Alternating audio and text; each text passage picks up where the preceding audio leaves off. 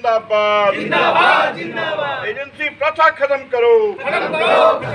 Agency प्रथा खत्म करो। आज झारखंड ऊर्जा विकास श्रमिक संघ के केंद्रीय अध्यक्ष अजय राय के नेतृत्व में रामगढ़ सर्किल में संघ का एक प्रतिनिधिमंडल अपनी समस्याओं को लेकर उप महाप्रबंधक से मिला, जिसमें मुख्य रूप से आउटसोर्सिंग प्रथा समाप्त कर वर्ष 2017 से पूर्व की व्यवस्था लाने पर सकारात्मक चर्चाएं हुई है।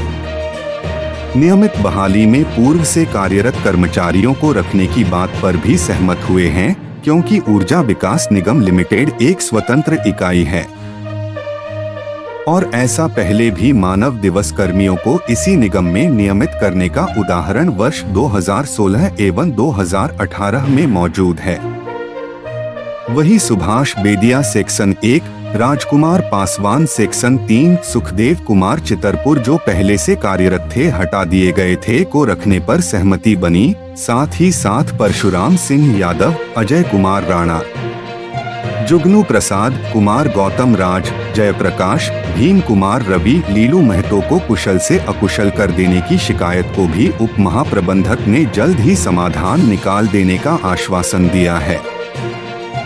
कार्य 30 दिन और भुगतान 26 दिन पर भी अध्यक्ष महोदय ने अपनी बातों को रखा है, जबकि पर्व त्योहार में यही कर्मचारी काम करते हैं। जहां रामगढ़ सर्किल में IPSG कंपनी कार्यरत है, उसे भी हिदायत दिया गया कि सभी का EPF, ESIC पहचान पत्र निर्गत नियम अनुकूल हर हाल में कर दिया जाए, नहीं तो संघ आंदोलन करने को बाध्य होगा।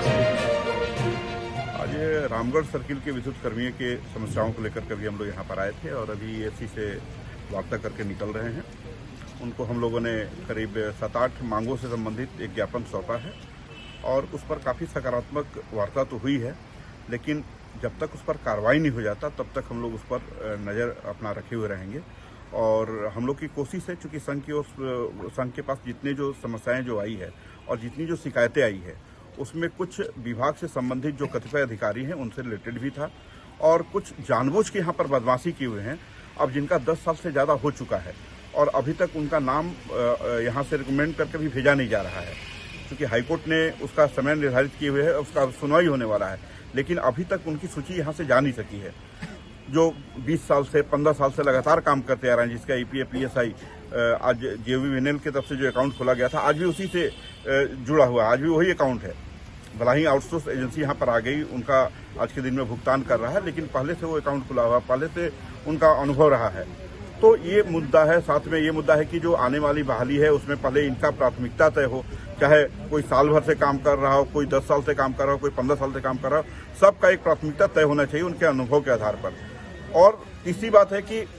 JVNL जो है ऑटोनोमस बॉडी है, तो यहाँ पे राज्य सरकार के श्रम विभाग की तरफ से जो निर्धारित जो राशि जो तय की जाती है उसके बाद JVNL इस पे राशि बढ़ा करके दे सकती है,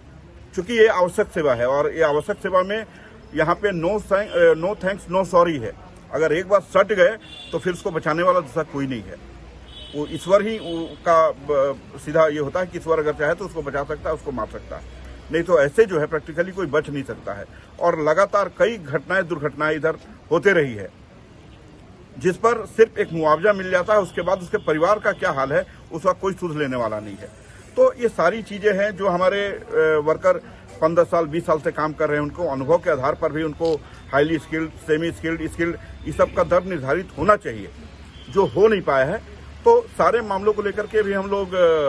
एसी साहब को ज्ञापन दिए हैं, उसमें साथ में जो संबंधित एक्जीक्यूटिव इंजीनियर हैं वो भी मौजूद थे और सबके बीच में अभी वार्ता हुई है और उनका यह आश्वासन मिला है कि इन सारी समस्याओं पर जल्द से जल्द वो कार्रवाई करेंगे।